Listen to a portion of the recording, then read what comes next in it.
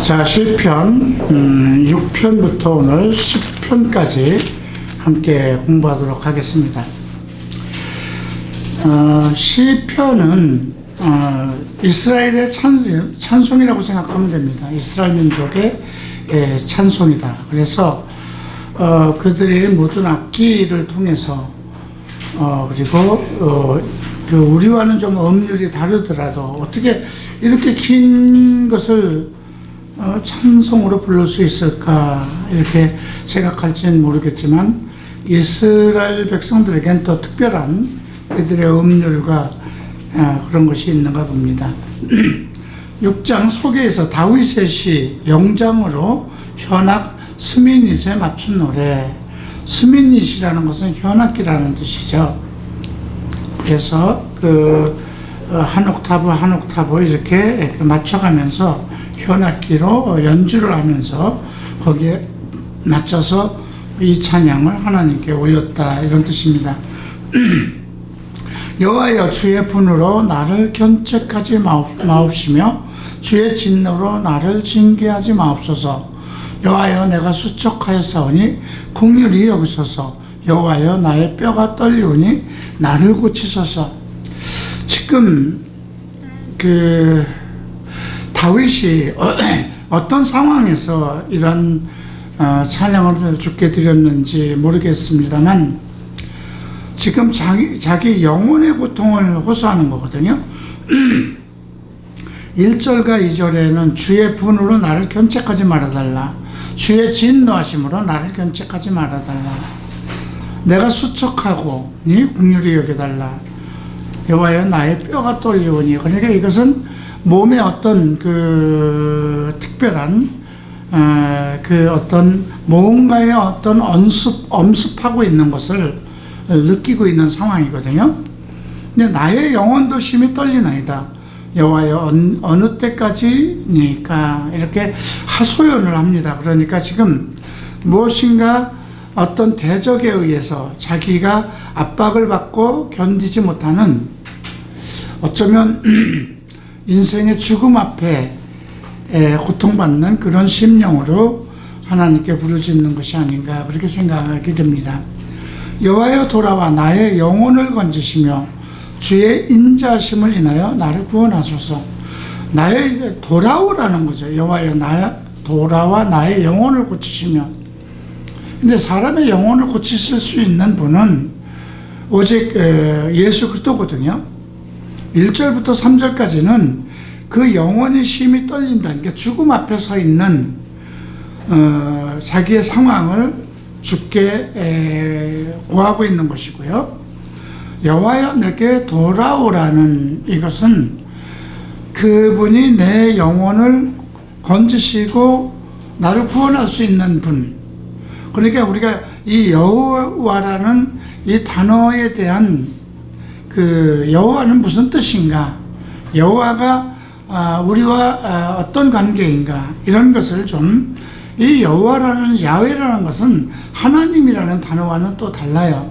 하나님은 직분이라고 얘기를 한다면 야훼, 우리 이제 영어 성경으로 여호와인데요. 여호와는 하나님의 이름입니다. 그런데 그 이름의 뜻이 나의 무엇 되신 분, 이게 상황에 따라서 달라져요. 나를 구원하신 분, 나를 치료하신 분, 그러면 여호와 라파, 나의 승리 되시는 분, 여호와 니시, 여호와 삼마. 그러니까 나의 무엇 되시는 분. 그러니까 이분은 결국 누굴까요? 이게 구약에서 여호와라 그러면 야훼를 호칭하는 것은 우리와의 관계성 있는 분을 부르는 것이기 때문에 예수 그리스도의 현현하심을 요구하는 거라고 생각하면 됩니다. 자, 사망 중에서 주를 기억함이 없사오니 음부에서 주께 감사할지 안더거리니까. 지금 다윗은 사망에 관한 걸 이야기를 합니다. 사망 속에 들어가면 주를 기억할 수가 없다는 거죠. 내가 탄식함으로 곰핍하여 밤마다 눈물로 내 침상에서 떼우며 내 요를 적시나이다. 지금 내가 죽으면 주를 기억할 수 없다는 것입니다. 이미 죽었다는 것은 음부로 내려갔다는 걸 얘기하는 거거든요. 우리가 이 말씀 속에서 생각하는 수 있는 것은 누가복음에서 이스라엘 백성이 죽으면 한 사람은 음부로 내려갔고 한 사람 나사로는 아브라함의 품으로 돌아갔습니다. 이제 그것이 이스라엘 백성들의 영혼에 관한 그런 관점인데요.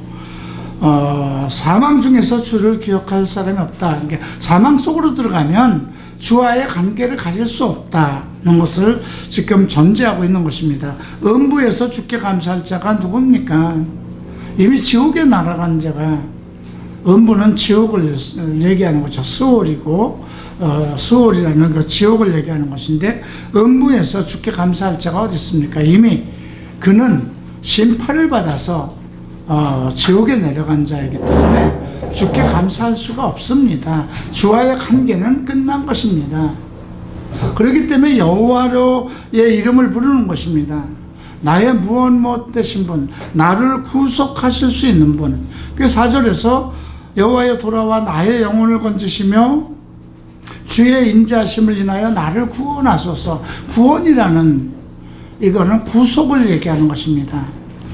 나를 이 죄악 속에서 나를 구속해 주소서. 그러니까 결국 메시아를 찾는 다윗의 그 영혼 속에서 메시아를 찾는 것입니다. 여호와는 하나님의 이름이고요. 이제 그 뒤에 주의 인자심을 인하여 했을 때 주는 누구일까요? 이건 아도나이라고 해서 나의 주인을 뜻합니다. 이것도 관계죠. 여호와, 나와 관계되시는 분, 내 영혼을 구속하실 자. 그런데 그분이 나의 주라는 거죠. 그러니까 지금 우리 요즘 복음의 시대에서 우리가 기도할 때 주, 예수 그리스도 나의 주 하나님, 이렇게 하는 거나 마찬가지예요. 그죠? 예. 내가 탄식함으로 곤비하여 밤마다 눈물로 내 침상을 띄우며 내 혀를 적시나이다. 내 눈이 근심을 인하여 쇠하며 내 모든 대적을 인하여 어두웠나이다. 행악하는 너희는 다 나를 떠나라. 여호와께서 내 곡성을 들으셨도다. 여호와께서 내 간구를 들으셨으므로 미여 여호와께서 내 기도를 받으시로다. 내 모든 원수가 부끄러움을 당하고 심히 떨미어 호련히 부끄러워 물러가리로다. 다윗의 시를 보면은요, 항상 자기를 공격하는 어떤 대적이 있어요. 물론 자기 인생 속에서 그 아들도 자기를 대적하고 자기의 부하도 자기를 대적하고 그런 또 누굽니까? 사울 왕에게 계속 자기가 기름 부음을 받은 실질적인 왕이 되었음에도 불구하고 그 전자의 전왕 사울에 의해서 공격을 받으며 도망다니는 그런 상황이었거든요. 그럼에도 이 시 전체를 봤을 때는 항상 자기의 영혼에 관한 것을 하나님에게 그 구원을 요청하면서 인생의 죽음을 노래하는 것이 아니라 자기가 이대로 죽으면 내 대적들이 계속해서 나를 죽이려고 하는데 내가 이대로 죽는다면 내 영혼이 음부로 내려가지 않겠습니까? 그걸 노래하는 거예요. 그러니까 돌아와서 나를 구원하소서 하는 것은 그 마음속에 자기의 영혼을 구속할 자, 메시아를 찾고 있는 거예요. 그래서 다윗의 시편을 보면 항상 그 영혼이 아직 오시지 않은 메시아를 향한 그 열정적인 기원, 소원, 이런 것들이 나타나 있음을 볼 수가 있습니다. 자, 이제 7편을 봅니다. 다윗의 시가연이라고 되어 있어요. 이건 큰 소리로 우는 자, 울라, 큰 소리로 울라는 뜻인데요. 베냐민의 부시의 말에 대하여 여호와께 한 노래. 자, 이건 베냐민 구시라는 사람이 어떤 말을 전달했어요. 그래서 정말 견딜 수 없는 그러한 그 압박감과 고통 속에서 하나님께 큰 소리로 울면서 부르짖는 것입니다. 여호와여 내 하나님이여 주께 피하오니 나를 쫓는 모든 자에게서 나를 구하여 건지소서. 건져낼 자 없으면 저희가 사자같이 나를 찢고 뜯을까 하나이다. 여호와 내 하나님이여 내가 이것을 행하였거나 내 손이 죄악이 있거나 화친한 자를 악으로 갚았거나 내 대적에게 무고히 빼앗았거든 원수로 나의 영혼을 잡아 내 생명을 땅에 짓밟고 내 영광을 진토에 떨어뜨리게 하소서. 지금 그 1절부터 6절까지 이렇게 본다면 그 대적들이 원수들이 사자와 같이 나를 공격하고 있는데 나는 어떤 죄인이라 그런 것을 당하고 있는 것이 아닙니다 이거예요. 내가 평상시 생활 속에서 나와 화친한 자와 악으로 행하고 대적에게 그냥 무조건 어떤 것을 재물을 빼앗았다든가 내가 내 손에 악을 행하였다면 그렇다면 나를 내 영광을 진토에 떨어뜨리게 하소서. 예, 그 정도로 지금 자기는 결백한 거예요. 악한 일을 행하지도 않았고 대적에게 어떤 원수를 갚지도 않았고 실제로 바울은 사울을 2번이나 죽일 수 있었던 상황인데도 하나님께서 기름 부음을 받은 자를 내가 죽이는 것은 있을 수 없다. 그렇게 하고 사울을 죽이지 않았거든요. 사울은 정말 자기를 죽이려고 여러 번 그렇게 공격을 했어도 다윗의 마음은 항상 사람의 생명에 대해서 하나님의 뜻을 가지고 있었다는 것입니다. 자, 6절 봅니다. 여호와여 진노로 일어나서 내 대적들의 노를 막으시며 나를 위하여 깨소서. 주께서 심판을 명하셨나이다. 그러니까 지금 이러한 상황은 영적인 상황이라는 거죠. 그들이 나를 대적하고 있지만 결국 나를 지키시는 자 하나님을 대적하는 것이기 때문에 이제 나를 위하여 깨서서 주께서 심판을 명하셨습니다. 이렇게 호소하고 있죠. 민족들의 집회로 줄을 두르게 하시고 그 위에 높은 자리에 돌아오소서. 민족들의 집회라는 건 뭡니까? 그 민족마다 모두 여호와 하나님을 송축하는 그런 여호와를 경외하는 그런 그렇게 하도록 하시고 그 위 높은 자리 위에 앉아서 온 민족들의 찬송과 그 경외를 받으소서 이렇게 호소하는 거죠. 여호와께서 만민에게 심판을 행하시오니 여호와여 나의 의와 내게 있는 성실함을 따라 나를 판단하소서. 지금 여호와의 심판은 오직 의와 성실함, 나의 의와, 그러니까 여기서 얘기하는 다윗의 의는 내가 사실 범죄하지는 않았습니다 이런 얘기를 하는 거거든요. 그러나 내가 죄 없는 사람이다, 나는 완전히 의인이 되었다, 그런 뜻은 아닙니다. 자신이 이미 하나님을 알고 있고 자기의 구속자를 지금 찾고 부르짖고 있는 그 상황에서 자기의 의, 하나님만이 인정하신 그 의와 내게 있는 성실함, 하나님을 향한 믿음의 표시죠. 그걸 따라서 나를 판단하소서. 악인의 악을 끊고 의인을 세우소서. 악인과 이제 의인이 나옵니다. 예, 의로우신 하나님의 사람의 심장을 감찰하시나이다. 여기서도 구약에서도 하나님의 의라고 하면 그 당시 이제 율법 시대였기 때문에 모세의 율법을 온전히 지키는 자를 뜻하는 것이죠. 그런데 다윗은 이미 그 눈에 보이지 않는 메시아를 향한, 여호와를 향한 그 여호와의 의를 지금 부르짖고 있어요. 그래서 그거를 성취할 수가 없는 거예요. 그건 오직 예수 그리스도께서 오셔서 그의 영광을 받으신 후에 우리에게 입혀지는 것이기 때문에 구약에서는 그것을 얻어질 수 없는 겁니다. 그렇기 때문에 이제 나를 그 여호와의 의로 의로우신 하나님의 그 향한 성실하심으로 나를 이제 판단하소서 그렇게 부르짖죠. 나의 방패는 마음이 정직한 자를 구원하시는 하나님께 있도다. 방패라는 건 뭐예요? 내 모든 것을 막는, 그죠? 인생의 여러 가지 나를 지키는 것. 예. 마음에 정직한 자. 우리가 마음을 노래하고 있습니다, 지금. 우리가 어떤 행위의 의로움을 얘기하려고 그러거든요. 행위는 사람 앞에 나타나는 행위잖아요. 근데 모든 행위는 어디에서 나옵니까? 마음에서 나오는 거죠. 근데 다윗은 마음에 정직한 자를 구원하시는 하나님께 있도다. 그러니까 나는 하나님 앞에 항상 마음을 정직하고 살았습니다.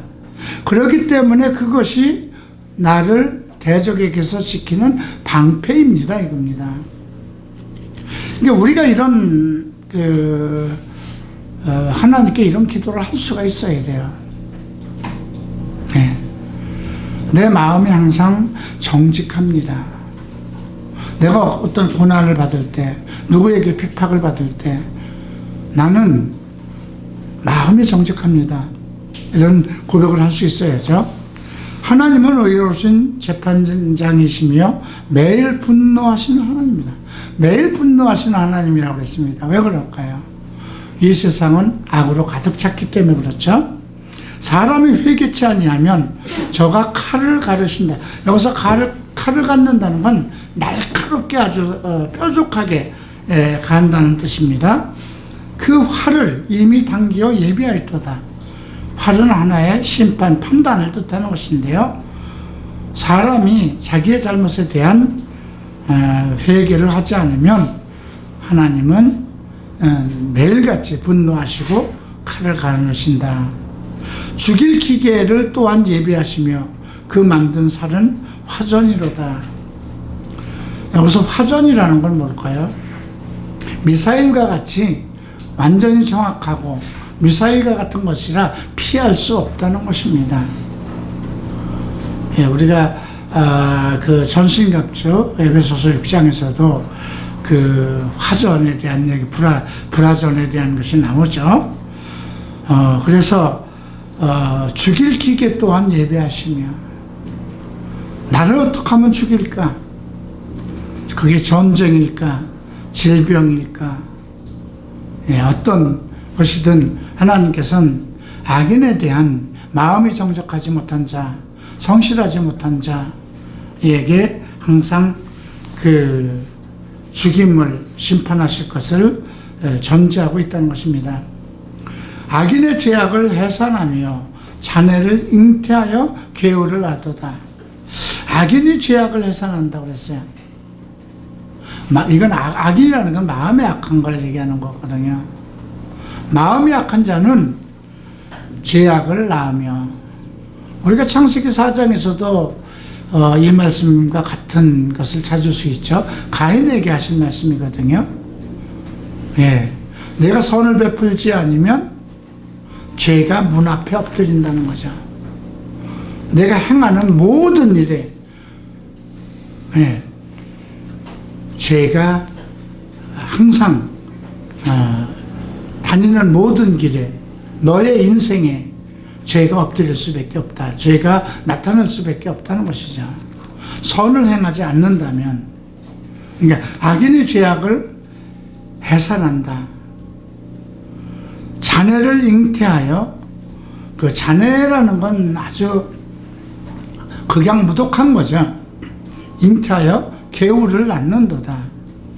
이제 항상 다른 사람을 해칠 그런 묘사, 그런 계율, 항상 그 덫을 만들고, 악인의 마음은 항상 죄를 낳고 사람들을 어떻게 하면 사로잡을까, 그것만을 생각한다는 거죠.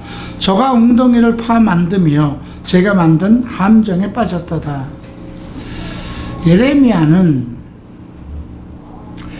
마음이 하나님을 떠난 사람을 가리켜서 터진 웅덩이를 만든 사람이라고 그러죠. 터진 웅덩이는 아무리 물을 넣어도 고일 수가 없죠. 자기 함정, 자기가 죽을 길로 스스로 만든다는 것입니다. 그 잔해는 자기 머리로 돌아오고 그 포악은 자기 정수리에. 결국 악인의 죄와 모든 계율한 것은 자기가 도로 보응을 받는다는 것입니다. 7절, 17절 함께 읽겠습니다. 내가 여호와의 의를 따라 감사하며 지극히 높으신 여호와의 이름을 찬양하리로다. 여호와의 의를 따라. 여호와가 나에게 무엇 되신 분, 그분 이제 구원자, 구속주를 얘기하는 거거든요. 그러니까 여호와의 의를 따른다는 건 율법을 요구하는 것이 아니라 그 마음의 선하심을 주관할 수 있는 오직 그 메시아를 통해서 우리에게 올 수 있는 의로움을 얘기하는 것입니다. 그러니까 다윗은 그 마음이 어떤 율법으로도 그 어떤 자기의 선행으로도 자기 영혼을 구원할 수 없는 것을 알고 있었어요. 그래서 세상에서 오는 모든 고통과 대적들과의 싸움, 이 모든 인생관계가 죄를 잉태한 사람이기 때문에 받을 수밖에 없는 고통이라는 것입니다. 그렇기 때문에 나를 빨리 오셔서, 이 땅에 오셔서, 메시아가 오셔서 나를 구속해줘서 그러는 거거든요. 의인과 악인을 논하고 있어요. 지금 그 7절에서는. 그죠? 악인과 의인. 자, 이제 8장 1절 함께 읽을까요? 여호와 우리 주여, 주의 이름이 온 땅에 어찌 그리 아름다운지요. 주의 영광을 하늘 위에 두셨나이다. 자, 여호와라는 건 나의 무엇 되신 분, 주, 아도나이, 나의 주인, 나의 마스터. 그러니까 사라도 자기 남편 아브라함을 향해서 나의 주라고 불렀어요. 나의 주인이라는 뜻이죠. 그러니까 우리가 여호와 우리 주여 이렇게 할 때는, 우리가 지금 여호와 우리 주여 이렇게 구약의 이 노래를, 시편을 가지고 노래를 하지만 우리는 그 여호와가 누구인 거예요? 메시아인 거거든요. 주 누굴까요? 예수 그리스도예요. 내 인생의 구원자, 구속자. 같은 맥락에서 봐야 돼요. 다윗의 시편을 읽을 때 다윗은 지금 자기 영혼의 구속자 메시아를 향하여 그 영혼이 노래하고 있구나. 주의 영광을 하늘 위에 두셨나이다. 주는 이 땅에서 했던 영광보다 그 높은 곳에 하늘의 영광 위에 두셨습니다. 주의 대적을 인하여. 여기서 주의 대적은 누굴까요? 주의 대적. 어떻게 보면 저 지금 사울을, 다윗을 공격하는 자, 실질적으로 일상생활에서는 그럴 수도 있어요.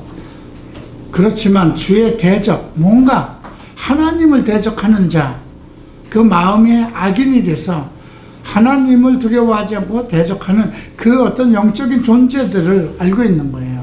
그래서 어린아이와 젖먹이의 입으로 말미암아 권능을 세우시며. 자, 이 말을, 이 부분을 읽으면 복음서에서 어떤 말이 생각나지 않아요? 예수께서 하신 말씀이에요. 그죠? 어린아이를 내게서 거두지 말라. 너희가 이 어린아이와 같지 아니하면 하나님 나라에 들어갈 수 없을 것이다. 그리고 이제 또 하신 말씀이 있었어요. 그 제자들이, 그 70인 제자가 나가서 이제 그 많은 사역을 하고 돌아왔을 때, 우리가 나가서 주의 이름으로 고날 때 하늘에서 귀신이 떨어지는 것을 이제 내가 보았다, 이렇게 예수님이 말씀하셨거든요. 그 말씀을 하시며 그 하나님께 이런 지혜를 소자들에게 주신 것을 어떤 존재들, 종교적인 지도자들, 율법 학자들, 제사장들, 서기관들, 그들에게 그 메시아를 아는 지혜를 두지 않고 정말 죄인이며 귀신 들려서 이 바닥 인생을 사는 사람들에게 메시아를 아는 지혜를 주신 거거든요. 그래서 그 예수님께서도 이 지혜를 감추시고 어린아이에게 주신 것을 감사합니다. 하나님께 그렇게 기도를 했는데 여기서도 마찬가지입니다. 주의 대적을 인하여 어린아이와 젖먹이는 입으로 말미암아 권능을 세우시며 그 어린이들 입에서 여호와를 송축하는 거. 이거 실제로 또 언제 일어났을까요? 이게 이제 10편 118편 그러니까 호산나 찬양하는 게 나오죠. 예수님께서 예루살렘 성으로 들어가실 때, 나귀를 타고 들어갔을 때 어린아이들이 전부 그 종려나무, 승리의 나무를 들고 예수님이 예루살렘으로 들어오는 것을 송축했거든요. 그때 그 이스라엘 지도자들이 뭐라고 얘기를 해요? 저것을 멈추게 하라고 하죠. 근데 이것을 멈추면 돌들이 소리를 지를 것이다 얘기를 하죠. 그러니까 지금 같은 맥락입니다. 우리가 여호와를 아는 지혜는 여호와를 송축하고 여호와를 구하는 그 지혜, 예수 그리스도를 사모하고 어떤 예수에 대한 어떤 그 사모할 마음을 가지고 예수를 찾는 그런 마음은 어떤 세상이 가리키는 지혜로 되어지는 게 아니라는 거예요. 하나님께서 어린아이들에게 그런 것을 알게 하셨다는 거예요. 자, 여러분 요즘에 뭐 초등학교는 아주 어린아이들 4-5살짜리가 교회에 오면 그들에게 예수 그리스도를 찬양을 가르치고 하면 얼마나 기뻐하는지 몰라요. 그죠? 오히려 정말 오랫동안 예수를 믿고 하나님을 송축한 사람들은 그 어린아이들처럼 그렇게 기쁘게 주를 송축하지 않아요. 상당히 자기가 뭐 어떤 거만한 위치 많이 아는 것처럼 정말 기뻐서 날뛰면서 여호와를 송축해야 되는데 지금 그 이야기를 하는 것입니다. 이는 원수와 보수자로서 잠잠케 하려 한다. 보수자는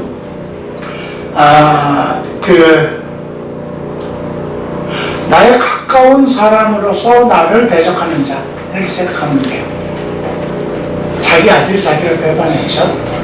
사울 왕이 자기를 대적했죠. 원수와 보수자로 잠잠케 하려 한다. 또 예수님도 그 말씀하신 거예요. 이 소자들이 함성을 여호와를 송축하는 것을 멈추게 하면 돌들이 다 소리를 지를 것이다. 주여 하나님 감사합니다.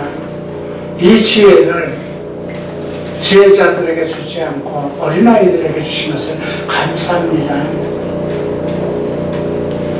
그러니까 지금 다윗을 따르던 자들을 보면 전부 다 그 뭔가 세상에서 비류한 자들이 많았거든요. 그 산속으로 그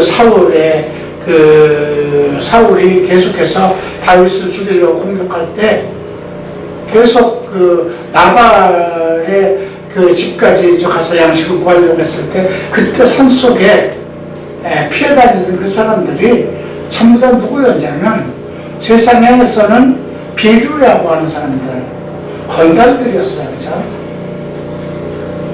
근데 예수님도 뭐라고 그랬어요? 나와 범죄자들의 친구라고 그랬어요. 항상. 예수님께서 시편에서도 이제 얘기하는 건데 나로 하여금 범죄자와 친구인 것을. 그러니까 예수님은 항상 그 세상 사람들 죄인들과 함께 마시고 먹고 그런 생활을 하셨거든요. 이제 그런 이렇게 베이직이 깔려 있다고 생각하면 됩니다. 주의 손가락으로 만든 주의 하늘과 주의 베풀어 주신 달과 별들을 내가 보니 우주의 그 만물의 모든 것을 봅니다. 여러분, 은하계라는 것을 보면 그 안에 많은 행성들이 있죠. 우리가 지금 태양계 안에 있는데 태양계는 은하계 속에 하나의 행성인 것 뿐이에요. 그죠? 근데 수만 개의 은하계 속에 수만 개의 태양과 같은 그런 행성들이 있는 거거든요. 그것이 서로 부딪혀서 충돌이 일어나지 않고 지금까지, 그죠? 창조 이래로부터 지금까지 다 자기 자리에 있게 하시고,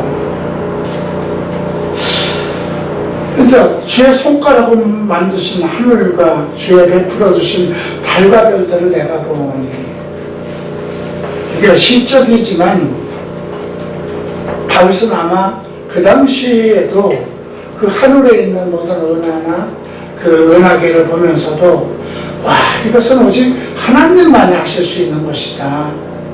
어떻게 공중에다 저렇게 달아놓을 수 있을까, 그죠? 자, 그리고 사람이 무엇이란데 주께서 저를 생각하시며, 인자가 무엇이겠는데 주께서 저를 권고하시며. 여기서 주는 아도니아이죠, 나의 주인. 예. 근데 인자가 무엇이겠는데, 인자는 예수 그리스도를 얘기하는 겁니다. 그래서 옛날 그 개혁성경을 보면 그 신약에서도 인자라고 얘기하죠. 예, 그냥 사람이라고 그러면 모르잖아요. 근데 사람이 무엇이간데 주께서 저를 권고하시며, 인자가 무엇이간데 주께서 저를 권고하시며, 다 사람이나 인자나 같은 뜻에서 혈통을 가지고 혈액을 가지고 있는 이 땅의 사람, 천사보다 조금 못하게 하셨다고 그랬어요. 저를 천사보다 조금 못하게. 원래는 그 모든 걸 창조하신 창조자거든요, 예수님이. 그런데 천사보다 조금 못하게 했다는 거예요.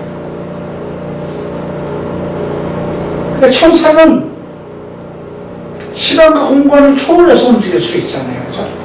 근데 우리는 육체를 가지고 있으니까 그렇게 못하죠. 예.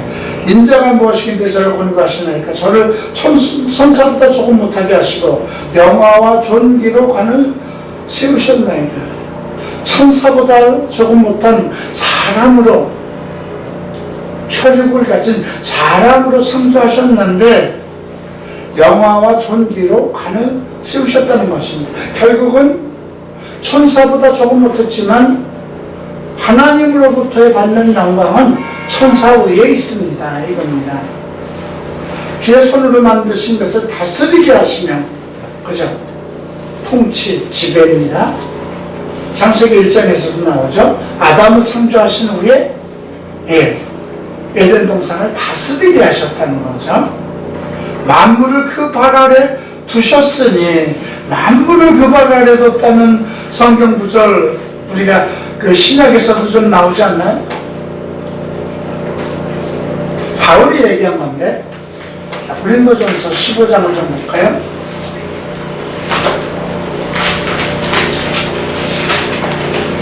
15장 27절. 만물을 저의 발 아래 두셨다 하셨으니, 만물을 아래 둔다 말씀하실 때에 만물을 저희 아래 두신 이가 그 중에 들지 아니한 것은 분명하도다. 그죠? 예수 그리스도를 얘기하는 건데, 예수는 만물 속에 계신 분은 아니라는 거죠. 만물을 저의 발 아래 두었다는 거니까 예수님의 통치권 아래에 있다는 거죠.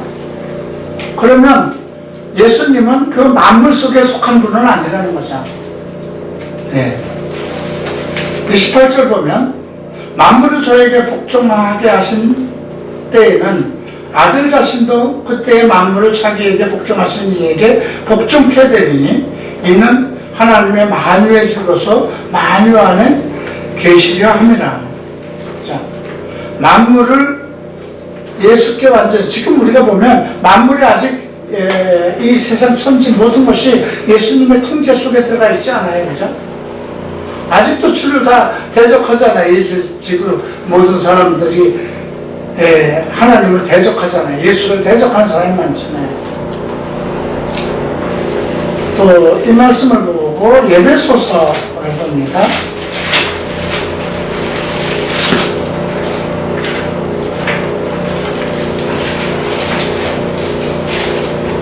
자, 에베소서 1장 21절을 보면 또 만물을 그 발 아래 복종하게 하시고 그를 만물 위의 교회의 머리로 두셨다 그랬죠. 교회는 그의 몸이니 만물 안에서 만물을 충만케 하는 자의 충만이에요. 만물 안에서 만물을 충만케 한다는 건 뭐죠? 그러니까 정말 교회를 사랑해야 돼요. 교회라는 것, 나의 도피처이고 교회의 머리가 예수 그리스도이기 때문에 그 그리스도의 능력과 권능 안에서 나의 모든 필요를 충족시키시는 분, 나의 부족함을 모든 것을 채우시는 분. 네.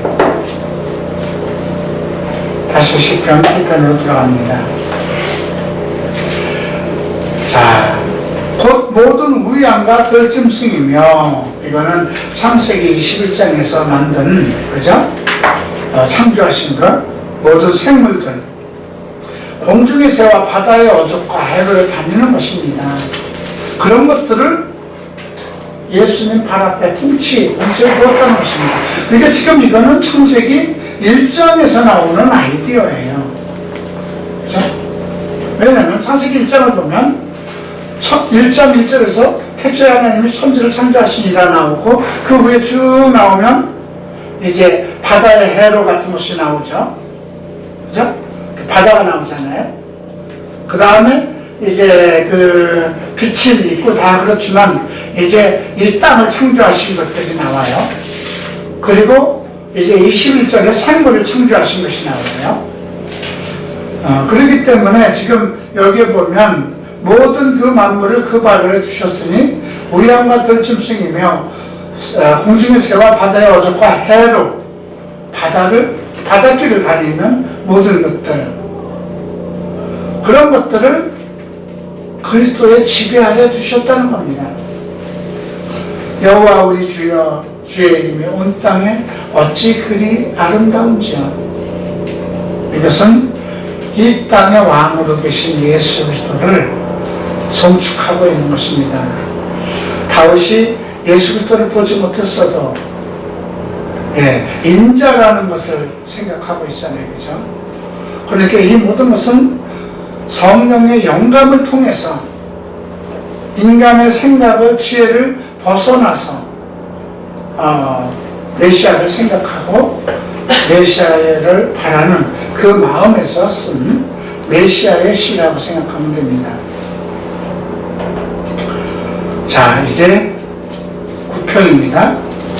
다윗의 시, 영장으로 뭇랍벤이라고 했어요. 뭇랍벤이라는 것은 슬픈 걸 얘기합니다. 어떤 사람의 죽음, 아들의 죽음에 대해 고통스러운 노래죠. 어쩌면 밧세바가 자기가 간음으로 해서 처음 낳은 아들이 죽었잖아요. 그때 한 노래라고 할 수 있어요. 내가 전심으로 여호와께 감사하며 주의 모든 기사를 전하리라. 내가 주를 기뻐하고 즐거워하여 지극히 높으신 주의 이름을 찬송하리니 내 원수들이 물러갈 때에 주의 앞에서 넘어져 망함이니이다. 주께서 나의 의와 송사를 변화하셨으며 보좌에 앉으사 의롭게 심판하셨습니다. 열방을 책하시고 악인을 멸하시며 저의 이름을 영원히 도말하였습니다. 원수가 끊어져 영영이 멸망하였사오니 주께서 무너뜨린 성읍들을 기억할 수 없나이다. 여호와께서 영원히 앉으시며 심판을 위해 보좌를 예비하셨도다. 이제 이 세상 모든 통치를 하실 그 그 여호와를 향해서 감사를 드리는 거죠. 그리고 이제 8절, 9절, 10절까지 함께 읽겠습니다. 공의로 세계를 주장하시며 정적으로 만민에게 분단을 하시며 여호와는 또 앞세상 자의 산성이시오 환난 때의 산성이로다. 여호와여 주의 이름을 아는 자는 주를 의지하오니 이는 주를 찾는 자들을 모르지 않으십니다. 이 공의로 세계를 판단한다고 하죠. 다윗이 밧세바를 범했을 때는 인간의 욕정과 자기 생각에 이끌려서 여인의 아름다운 색욕에 이끌려서 밧세바를 범한 거잖아요. 거기에서 더 지나가서 살인까지 했습니다. 근데 사실 공의롭지 못한 거예요. 자기는 심판을 받을 수밖에 없고 그런 상황입니다. 그럼에도 불구하고 여호와를 이름을 아는 자는 주를 의지한다. 환난 때의 선성이다. 이런 노래를 합니다. 11절에 너희는 시온에 거하신 시온자를 얘기하고 있어요. 하나님께서 거하신 곳이죠. 거하신 여호와를 찬송하며 그 행사를 백성 중에 선포할지어다. 피 흘림을 신문하시는 이가 저희를 기억하시며 가난한 자의 부르짖음을 잊지 아니하도다. 이 시를 그걸 풀면서 자기 마음은 어땠을까요? 이미 밧세바를 범했고 그걸로 인해서 밧세바의 남편인 우리아까지 죽이는 그런 상황이죠.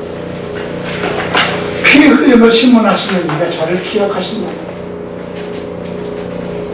그 자기의 죄도 다 기억하고 있다는 거죠. 가난한 자의 부르짖음을 잊지 아니하리라. 그렇게 하면서 13절에서 그러니까 나를 긍휼히 여겨달라는 것이죠. 나는 사망의 문에서 일으키시는 주, 나를 사망의 문에서 일으키시는 주여 미워하는 자에게 받는 나의 곤고를 보소서. 자기가 정말 인간으로서 행하지 못할 그런 죄악을 졌다 할지라도 그 죄악에 대해서 하나님은 묵과하시는 분은 아니라는 겁니다. 하나님은 공의로 공정하게 세상을 판단하시는 분이라는 거죠. 그럼에도 불구하고 여호와는 나의 산성이라고 합니다. 나를 지키시는 분. 산성은 완전하게 피할 수 있는 요새를 얘기하거든요. 피난처를 얘기하는 것입니다. 환난 때의 산성이로다. 그리고 주의 이름을 아는 자는 주를 의지하오니 내가 이런 상황 속에서도 여호와를 의지하니 주를 찾는 자를 버리지 아니하시는 하나님의 사랑의 속성에 함수하는 겁니다. 그리고 나를 긍휼히 여기소서 불쌍히 여기소서 나를 사망의 문에서 일으키시는 주여 미워하는 자에게서 받는 나의 곤고를 보소서. 내가 그런 죄를 통해서 이미 충분한 내가 저지른 죄에 대한 곤고, 보상을 받고 있습니다. 그게 나를 불쌍히 여겨달라는 거죠. 그리하시면 내가 주의 찬송을 다 전할 것이요 딸 같은 시온의 문에서 주의 구원을 기뻐하리로다. 이제 그런 고난과 이런 상황 속에 죄인으로서 살아왔음에도 불구하고 주께서 나를 긍휼히 여기시고 불쌍히 여기서 나를 구원하시면 이제 나는 그 사망의 문에서 살아난 자로서 주의 찬송을 다 전할 것이요 딸 같은 시온의 문에서 주의 구원을 기뻐하리로다. 열방은 자기의 웅덩이에 빠지며 그 숨긴 그물에 자기 발이 걸렸도다. 믿지 않는 세상을 얘기하는 거죠. 여호와께서 자기를 알게 하사 심판을 행하셨으며 악인은 그 손으로 행한 일에 스스로 얽혔도다. 히카연세일라라고 했는데요. 식가연이라는 이 말은 묵상하라는 뜻입니다. 네. 여호와께서 자기를 알게 하사 심판을 행하셨으며 악인은 그 손으로 행한 일에 스스로 얽힌다. 그것을 묵상하라는 거죠. 네가 행한 것은 항상 네가 심판을 받을 것이라는 거죠. 악인이 음부로 돌아가며 하나님을 잊어버린 모든 열방이 그러하도다. 궁핍한 자가 항상 잊어버림을 보지 아니하며 가난한 자가 영원히 실망치 아니하리로다. 궁핍한 자, 가난한 자, 뭐가 궁핍한 걸 얘기할까요? 먹을 것이 없는 것을 얘기할까요? 아니면 가난한 자, 여기서 얘기하는 것도 심령입니다. 자기의 죄를 때문에 늘 곤고하게 하고 그 죄로 인해서 당하는 세상 가운데서의 어떤 압박과 고통 속에서 오직 하나님의 긍휼하심을 찾는 자. 그러니까 우리가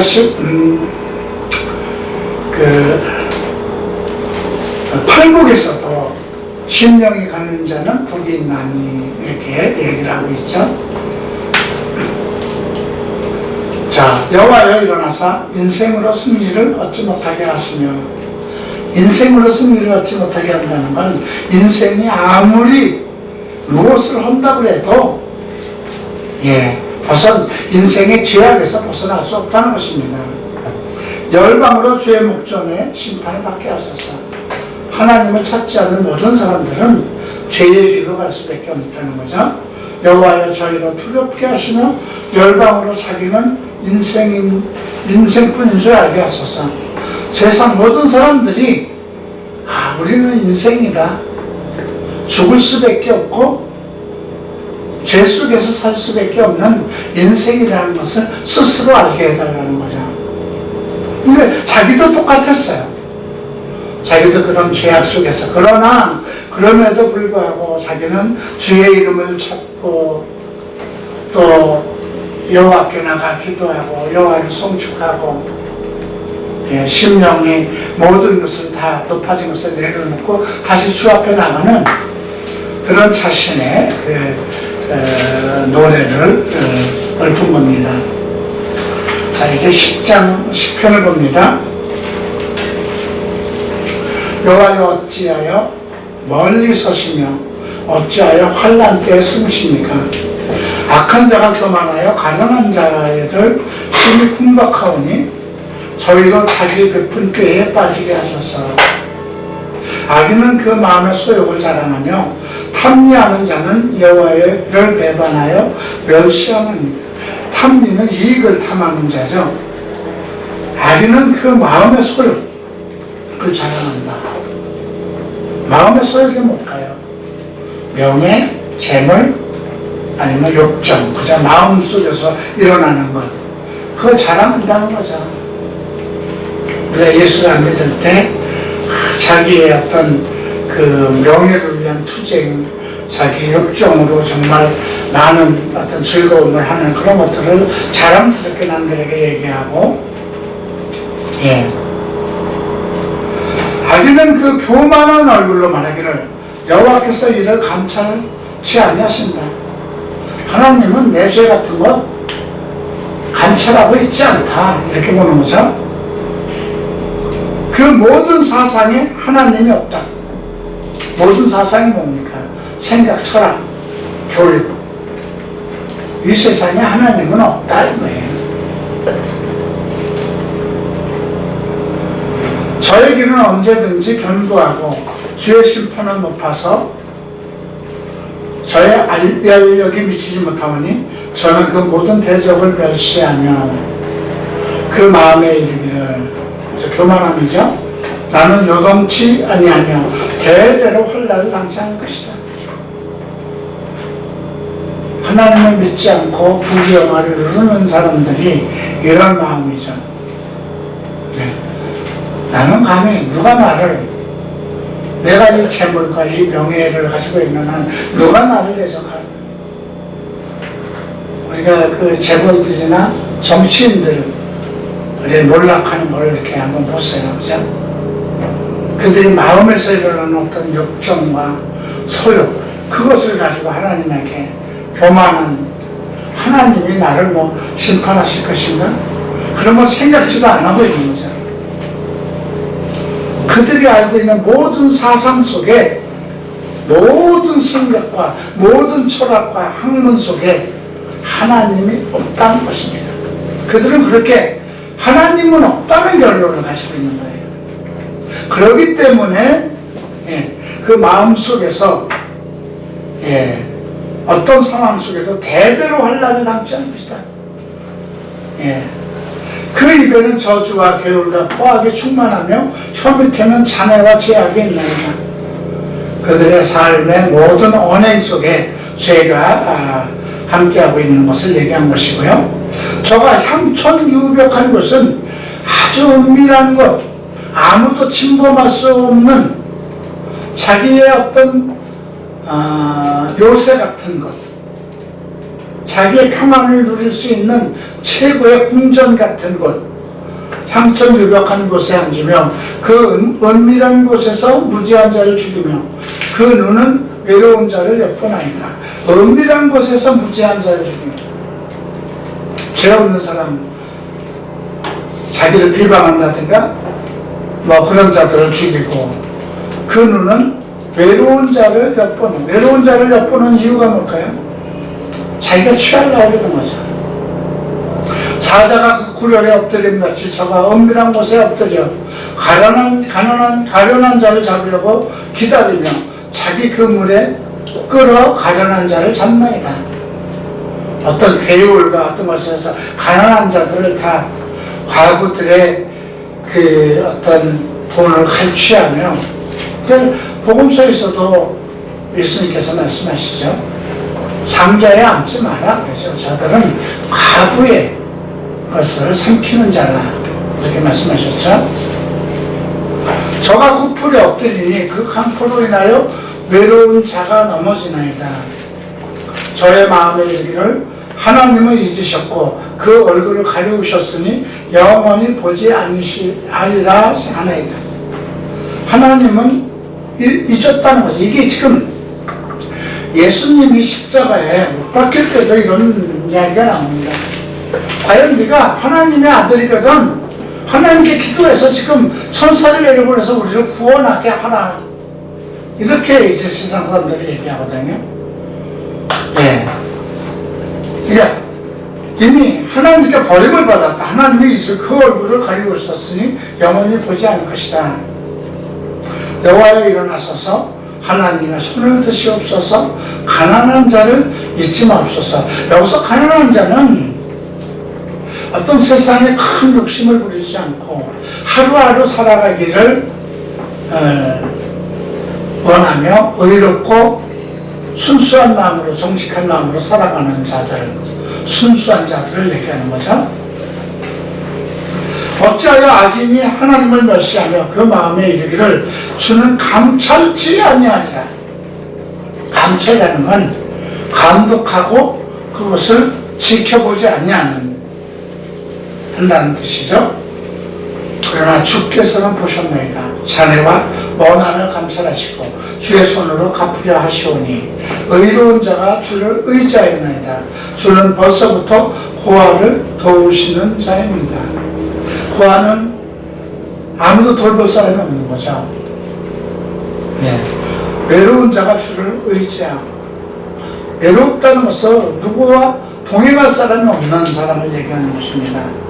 그러니까 이것은 전부 다 심령으로 우리가 이제 세상 가운데서 이렇게 살아갈 때에 내가 세상 사람들과 함께 어울려서 살지 않고 나의 어떤 그 의로움을 그대로 가지고 살아가려고 했을 때 나타날 수 있는 어떤 외적인 핍박 이런 게 있거든요.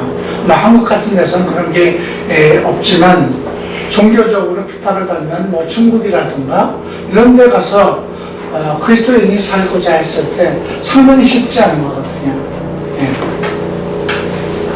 악인의 팔을 꺾으소서 악한 자의 악을 없기까지 찾으소서 여호와께서 영원무궁토록 왕이시니 열방이 주의 땅에서 멸망하였나이다.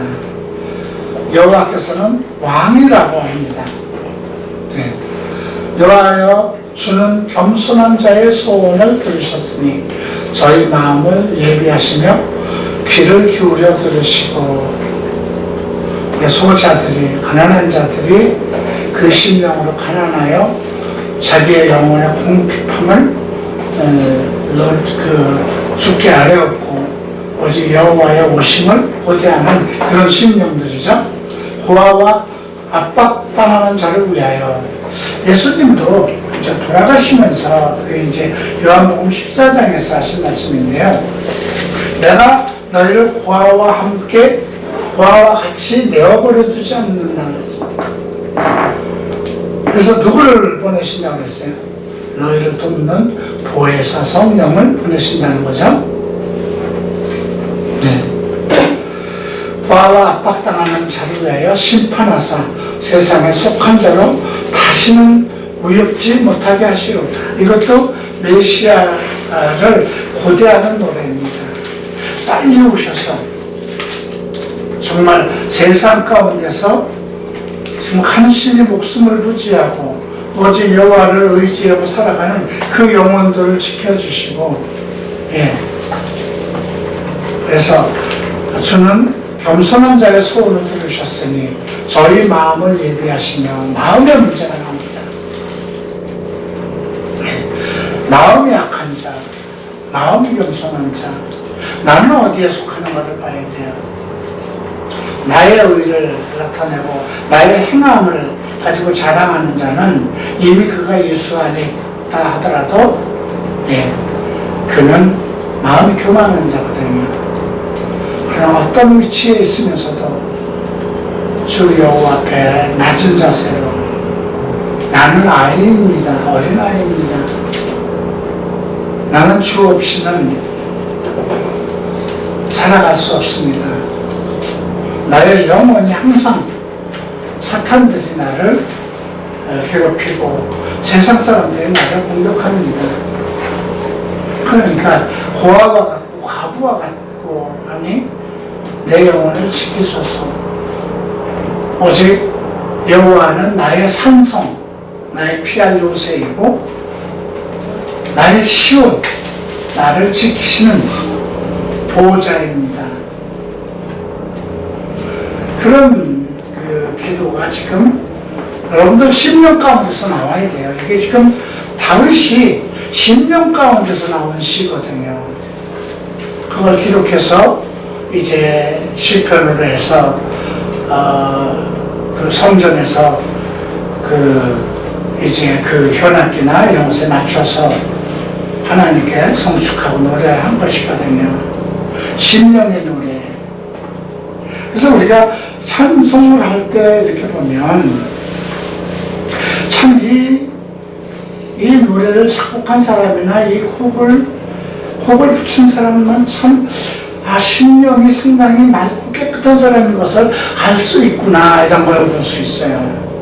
근데 어떤 것은 너무나 많은 내용을 갖고 뭐 하나님을 저 혼자만 찾는 것 같고 열방 중에 오직 저만 같은 노래인데 그 찬송가 곡이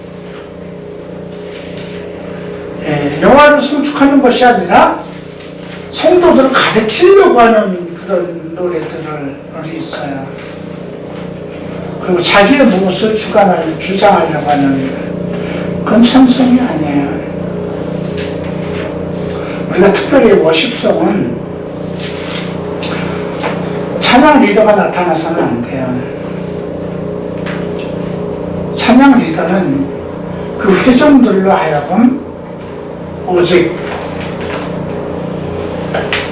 하나님을 송축할 수, 정말 진정한 마음으로 송축할 수 있도록 이끌어가야 되는 거예요. 근데 우리가 이제 대형 교회 가면 성가대가 쫙 있고 하얀 옷을 입고 뭐 대단한 사람들, 지휘자들이 나오고 오케스트라들이 나오고 하잖아요. 그들이 여호와를 송축한다는 거죠. 예. 하나님은, 예수님은 하늘 보좌 위에서 천사의 송축을 받고 있습니다. 하나님이 원하시는 것은 심령이 가난한 자들, 정말 오직 여호와가 아니면 살아갈 수 없는 그런 존재들이 여호와를 아는 기쁨, 여호와의 구원을 아는, 여호와의 구속함과 여호와의 보호하심을 아는 그 뜨거운 열정과 마음으로 주를 송축하는 것, 그것을 원하시는 거거든요. 지금도. 그래서 여러분들이 정말 혼자서 집에서 어떤 때는, 나도 가끔 그래요. 기도를 하다 보면 어떤 악상이 이렇게 떠오르고 이렇게 정말 어떤 노래가 그냥 나와요. 정말 그 여호와를 송축하는 노래가, 그냥 그것이 어떤 음률이 없어도, 아, 주님, 어찌 주님이 이렇게 나를 생각해. 오늘 말씀을 보면, 예, 제가 어제 이제 병원 다녀와서 제일 먼저 떠오르는 말씀이 그거였어요. 내가 무엇이간데, 나라는 존재가, 나는 이게 다윗하고도 비교할 수 없는 존재잖아요. 나의 존재, 정말 죄 가운데서 있는 존재, 주님이 아니면, 주가 아니면 살아날 수 없고 살 수도 없는 그런 존재를 왜 생각하십니까?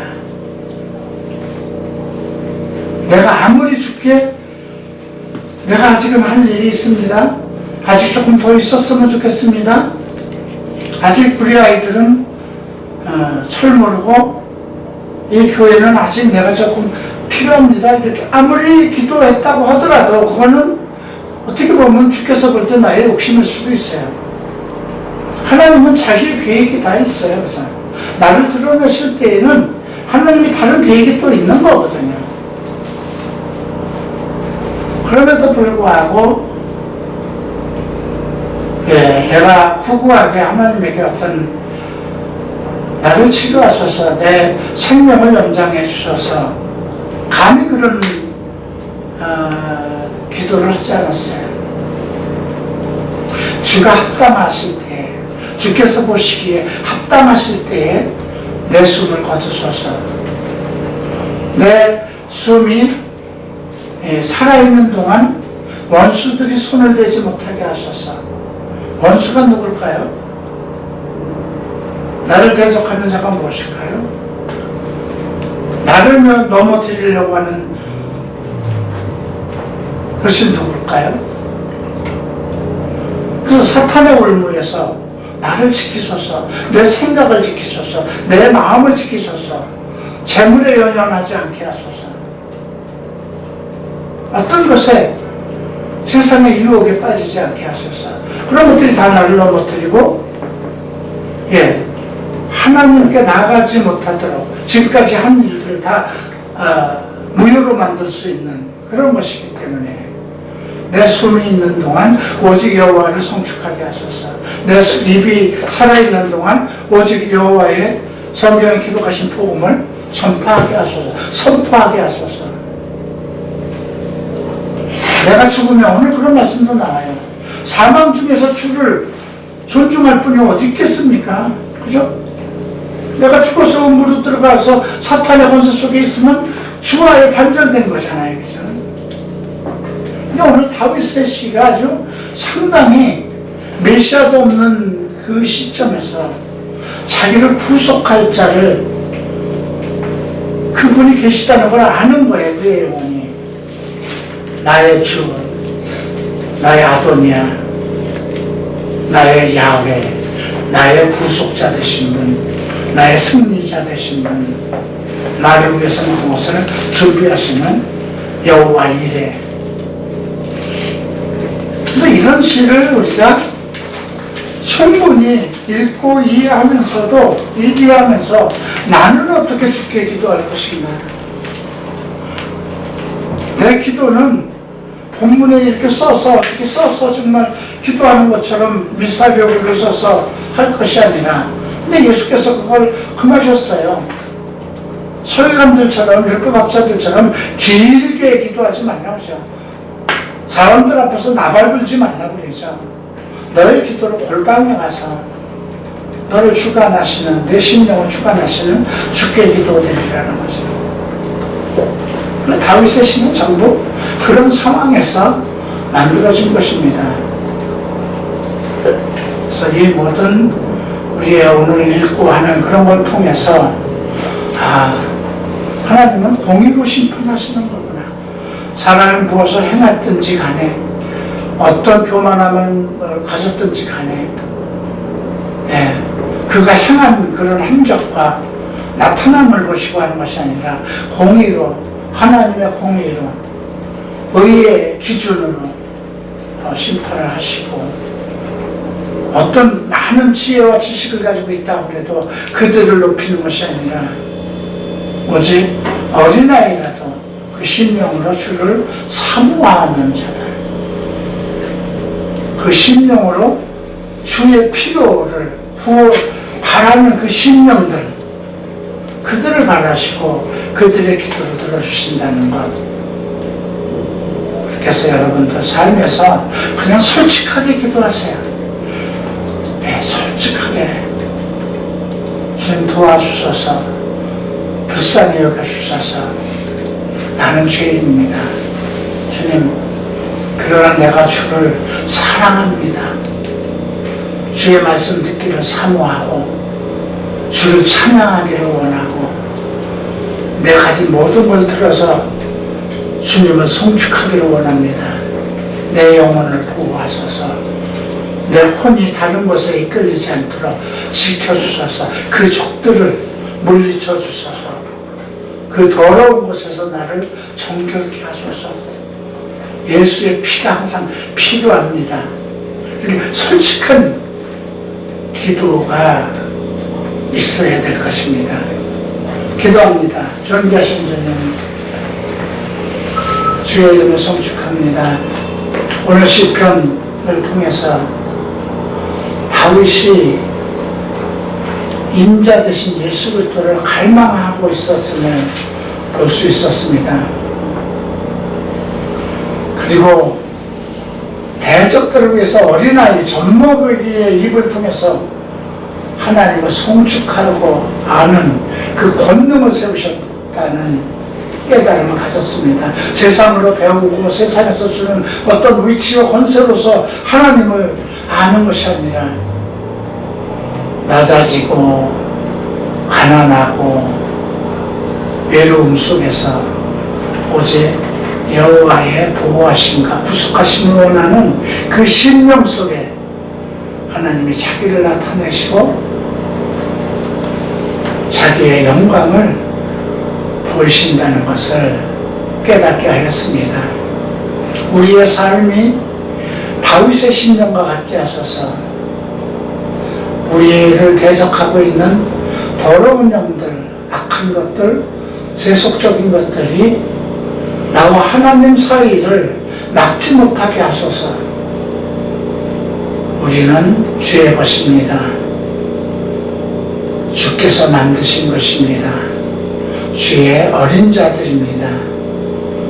주께서 긍휼히 여기고 불쌍히 여기시고 인도해 내신 주의 자녀들입니다. 이들에게 주의 영광을 나타내소서. 우리 주 예수 그리스도 이름으로 기도합니다. 마치겠습니다.